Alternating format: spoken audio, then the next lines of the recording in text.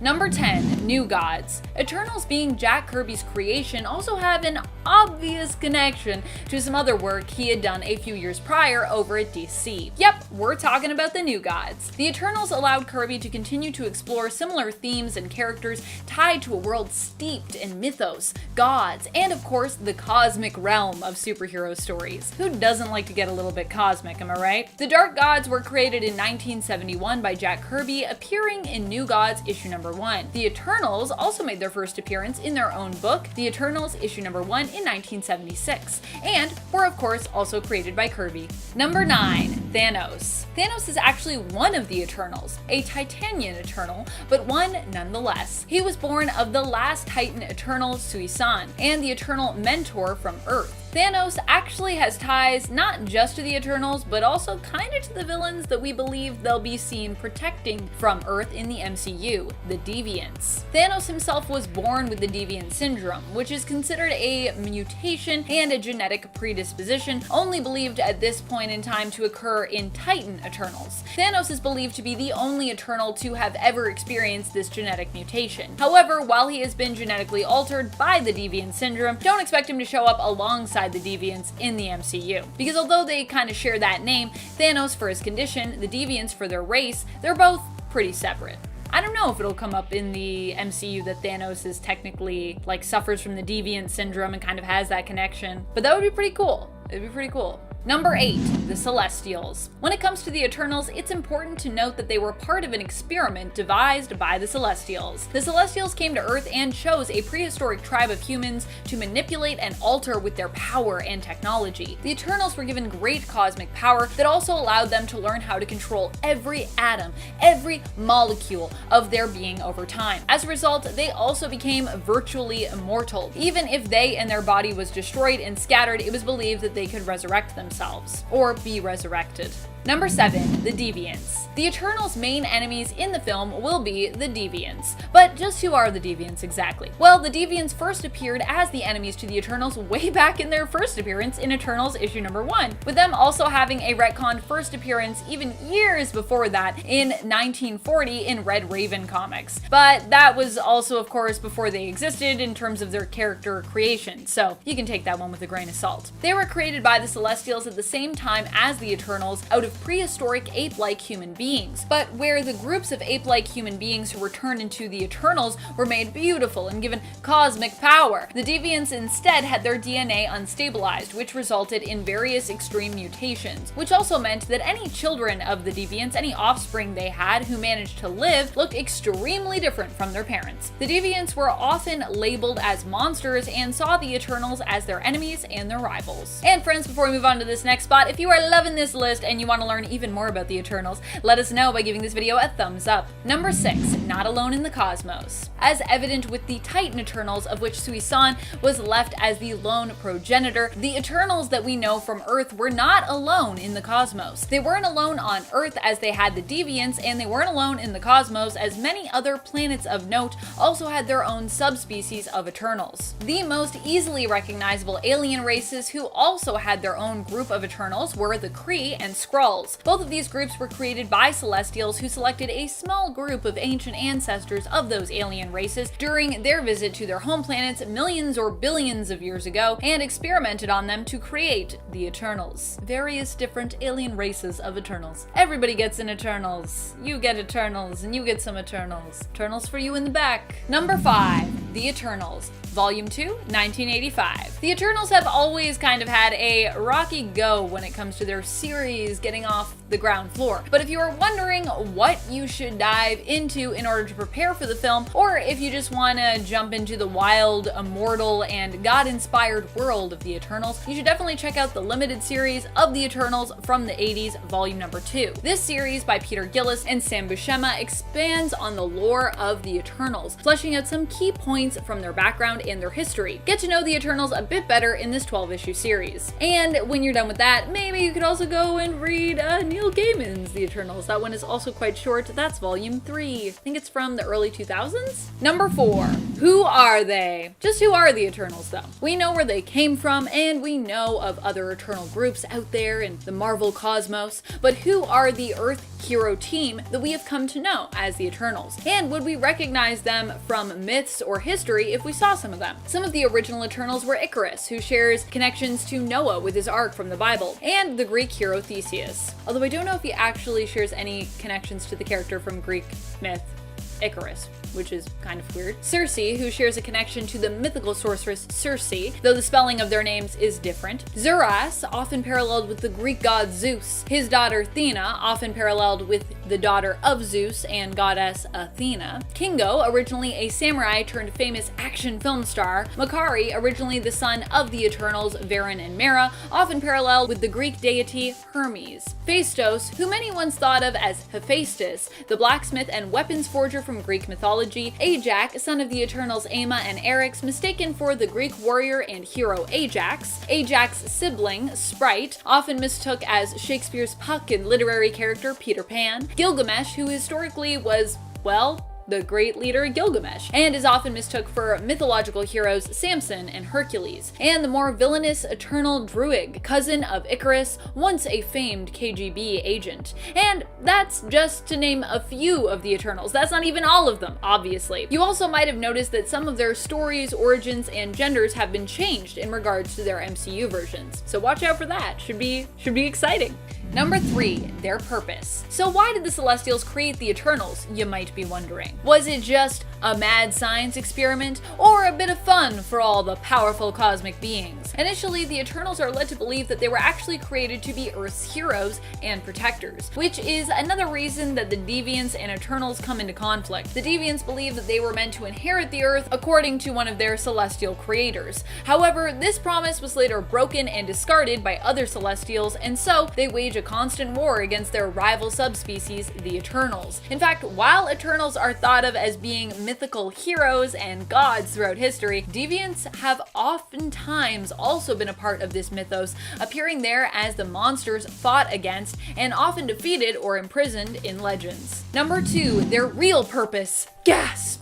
In 2018, the true purpose of the Eternals was revealed during Jason Aaron's run on the Avengers. In issue number 4, we find out what happened to them and how they killed one another or took their own lives, all because they learned this dark truth. The Celestials had made them protect Earth, but only so they could cultivate it. It turns out that Earth and the Eternals were kind of seen as a potential weapon to be used by the Celestials against the Horde, which are a race of insect-like aliens who are kind of like an opposing force to the Celestials in the cosmos that provide balance. Where the Celestials are seen as being a force of creation, the Horde are a force of destruction. This revelation drove the Eternals mad after believing they were meant to protect the Earth for millennia. In a fit of turmoil, rage, and sheer agony, they destroyed one another and themselves. I guess Eternals are only immortal if they want to be. Number 1, Eternals Volume 5, 2021. JK Lulz, they are just immortal. Recently, the Eternals have returned to the Marvel Universe, coming back to life in the newest Eternal series from 2021. If you want to learn more about why and how they returned, though I mean, remember, they are immortal, I highly recommend checking out this newest series. It's also just visually stunning as well. The newest series is written by Kieran Gillen, with art by Asad Ribish,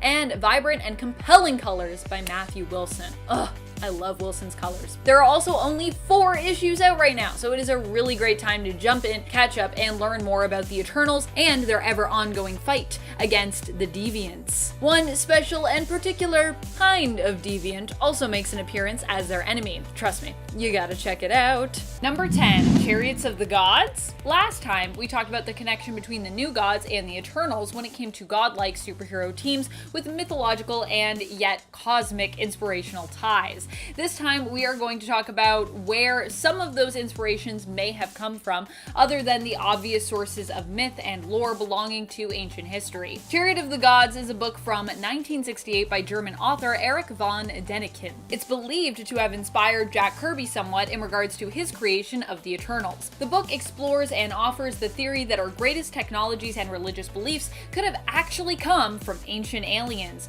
who visited our planet. This theory is still around today and fits with Kirby's exploration and fiction of how aliens from another world could have influenced the creation of our gods, heroes of myth, and even our history. Number 9. Who's Who in the MCU? We talked a little bit about some of the characters who are part of the cosmically superpowered hero group in the comics, but just which Eternals will be appearing in the film? Who will be playing them? And what differences do we know about when it comes to that MCU version of these characters? Gemma Chan, who previously played Minerva in Captain Marvel, will appear again in the MCU, but this time more prominently as Eternal Cersei. Angelina Jolie is playing Athena, one of the leaders of the Eternals, daughter of Zuras, and assumed to be Greek goddess Athena. Richard Madden is another known Eternals leader from the comics, Icarus. Madden is well known for his portrayal of Robb Stark on Game of Thrones. Kumail Nanjiani is Kingo, initially a samurai warrior turned action film star in the comics, whose character has been altered slightly for the MCU. Kingo, however, will still be a fame-obsessed film star, but well known for his Bollywood film roles instead. Lauren Ridolph will be playing MAKKART. In the comics, MAKKART was originally male, but the MCU version will be female and is also the first confirmed deaf superhero in the MCU. Super cool. Some people still speculate, of course, that Hawkeye is at least partially deaf, but I don't think that's been confirmed in the MCU yet. Brian Tyree Henry is Phastos, who will be the first superhero to be depicted as openly gay in the MCU. Selma Hayek will be Ajak. Ajak is another character who was originally portrayed as male in the comics, but whose MCU version will be female. Leah McHugh is Sprite, often the most mischievous member of the Eternals. Don Lee is Gilgamesh, who will become quite close with Thena in the film. And the often more villainous Druig will be played by Barry Kogan. And friends, if you are loving this list and you want more lists about the Eternals, be sure to show us by giving this video a thumbs up. Number 8. Marvel Max Comics. Yep, the Eternals had their own explicit Marvel Max series, if you can imagine that. This came to pass in 2003 and was not really tied at all to anything Jack Kirby had created, except that the Eternals appeared to be another race of beings and they were still called the Eternals. There were also still deviants involved, but that's about it. It was hypersexual and violent and about as weird as you could imagine. Maybe even weirder. This version of the Eternals only lasted 6 issues, thank goodness. It was not well received, but fortunately we would get a well-received reboot of the main continuity Eternal series after it in 2006. Number 7. Eternals Volume 3, 2006. Now let's talk about this amazing series. The 3rd volume of Eternals is a 7-issue limited series brought to us by Neil Gaiman and John Romita Jr. It starts off in a very Gaiman mythological fashion, with the Eternals living among humans, seemingly unaware of their powers or their past. Over time, they would come to remember who they were, and it would be revealed of how and why they had forgotten. The covers from the series are also stunning and were done by Rick Barry. When others talk about Cersei, or when I talk about her myself, issue number 2's cover from this series featuring her is always the first image that comes to my mind. It's just really iconic. And if you've ever watched anything else where people have talked about Cersei, you've probably seen this cover before. These covers are real pretty. Number 6.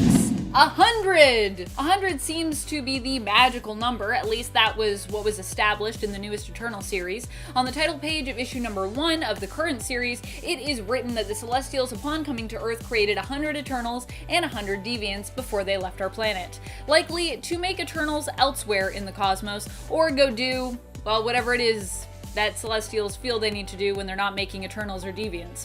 Of those 100 Eternals, not all of them are from one area. In fact, they are divided up into kind of regions or factions depending on where they're from or where they are based on Earth, or depending on other Eternals that they find they align with. They tend to congregate. I don't know what that was. Me trying to find the word congregate. Number 5, the generations. Another way to divide the Eternals is generationally, as not all of them are actually the original Eternals. In fact, many of the main Eternal characters that we are familiar with are actually the offspring of other Eternals. Some Eternals are 2nd or 3rd generation, whereas others are as young as 5th generation. There are those who are born before the fall of THANOS, who are considered 1st generation, those who were around for Cronus' experiment, presumably born well before it, I assume, assume, who we consider second generation. Third generation are those born after the experiment. Fourth generation were born after what is referred to as the coming of the second host. And finally, there are those that were born after the coming of the third host, which are considered the fifth generation of Eternals. 5 generations. I don't know why, but now I'm imagining like the Eternals is like a sitcom, like Full House. It's like all these 5 generations of Eternals trying to coexist in one house. I don't know why I imagine that, but here we are. Number 4, Unimind. When the Eternals get together, they create an entity known as the Unimind. Initially, the Unimind was shown as a genderless being of basically pure energy, who only the leader of the Eternals could bring forth. However, later on, we learned that the Unimind could also be summoned forth when the Eternals were together. I think the minimum you need is 4, which is an oddly specific number, but here we are. And apparently they could do this even if they weren't aware of their true existence as Eternals. This happened while they were living in human form and had been made to forget their true heritage. So we're talking Eternals Volume 3, starts around issue 2, I believe. But we also see the effects of it in issues 3 and 4. The emergence of the Unimind in this instance also helped to reawaken their abilities, reminding them of who they were. Number 3, Olympia. Olympia is the home of the Eternals. It has existed in a few different places on Earth, but is generally located in Greece on the Mount Olympus, but is also often shown as being hidden away there, sometimes subterraneously. Usually it's like you drop down into it. I should clarify actually after that explanation of there being 100 Eternals that the Celestials made, that the Olympian Eternals are generally the ones who call Olympia their home. Makes sense, yeah? This is the futuristic, metallic, and technology-based kind of looking headquarters for the Eternals of Olympia, which is also like what that group is called. Makes sense, because yeah, their home base is Olympia. Often when the Eternals are resurrected, this is where they first awaken again, alive once more, reborn. Number 2, the Avengers. The Eternals and the Avengers are both hero groups, but more than that, they are also both allies to one another and even friends. Some members of the Eternals have even teamed up with or been a member of the Avengers. In fact, both Cersei and Gilgamesh each served on the Avengers team at one point. Cersei ended up being offered membership to the Avengers after befriending Captain America. Gilgamesh joined the Avengers for a short time after Captain America had lost his mantle temporarily to US Agent.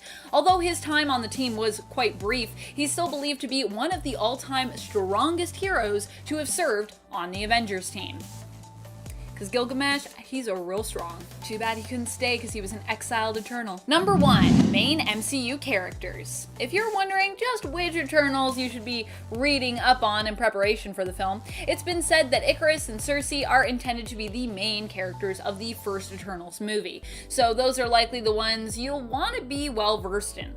Cersei appears frequently in the first volume of Avengers, starting in issue 308, and appearing on and off till about issue 375. She also is in much of the first and second volume of Eternals. Ikaris appears in all 5 volumes of the Eternals pretty frequently, so you could even start with the newest volume, which started near the beginning of this year, 2021.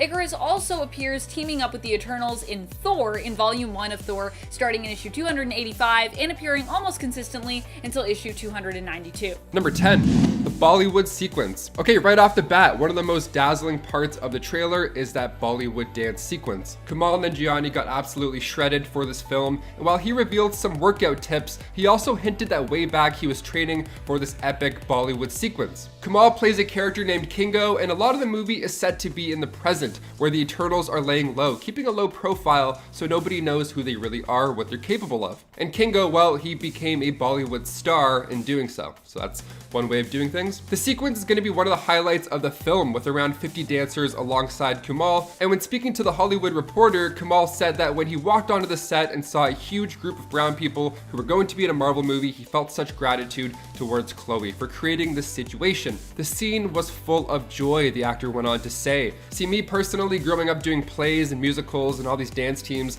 I'm more excited for this sequence than like any CGI fight that's coming. Because we've seen all the CGI fights, we've seen all the gauntlets, all the punches. Show us some more human stuff. I'll be dancing in the car on the way home, just like I did with Hamilton for 5 months straight. Number 9, the Gates of Babylon. So the Eternals will take place throughout many years in history, whilst most of the film remains in the present.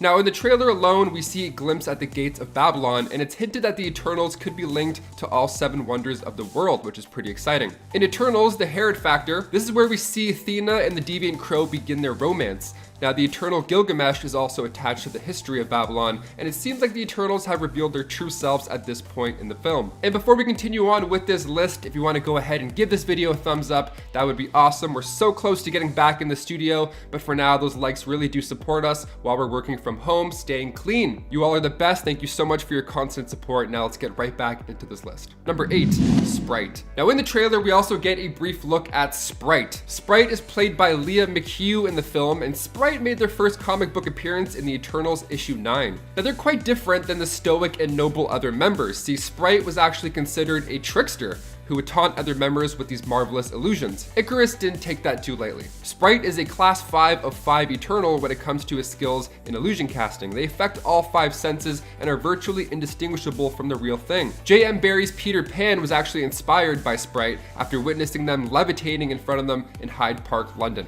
What a sight to see that would have been. The look certainly does match. Sprite gets even more powerful from Kronos' experiments with the cosmic life force, and the only thing that Sprite can't really do is grow. Yeah, they're stuck with their 11-year-old body.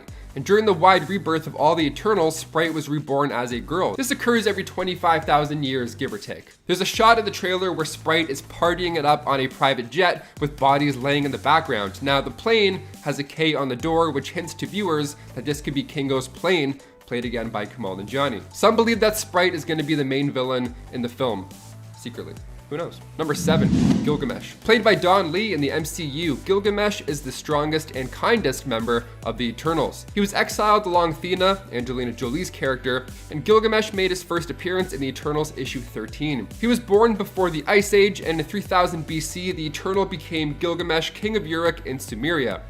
Now, in ancient times, he would wander the earth battling these monsters or these tyrants. He would fight alongside Hercules as well. It was quite the show. He fought for the Roman Empire as a centurion. He then joined the Avengers in issue 300. But also in Captain America Annual 11, around 3000 BC, the Cronins attempted to take over Earth, and beginning with their landing zone, Babylon, which we see in the trailer. Now, they had to go toe-to-toe with Gilgamesh and a time-traveling Captain America, which is pretty fun. Now, we did see a Captain America-style shield in the trailer for a hot second, so maybe we'll get a nod to some sort of interaction with the pair. The lion at the end of the trailer was icing on the cake either way. The lion at the end of the trailer was the icing on the cake either way. They're all eating at the table, and then they mention how Cap and Iron Man are both gone, and who should lead the Avengers now? Who do you guys think? Let us know in the comments down below if there should even be a new leader for the team. Number 6, MAKKART's speed reading. Played by Lauren Ridloff in the film, MAKKART is going to be quite fun to watch on the big screen. Their body is augmented by cosmic energy, and they have complete control over their molecular structure. In the comics, they started their run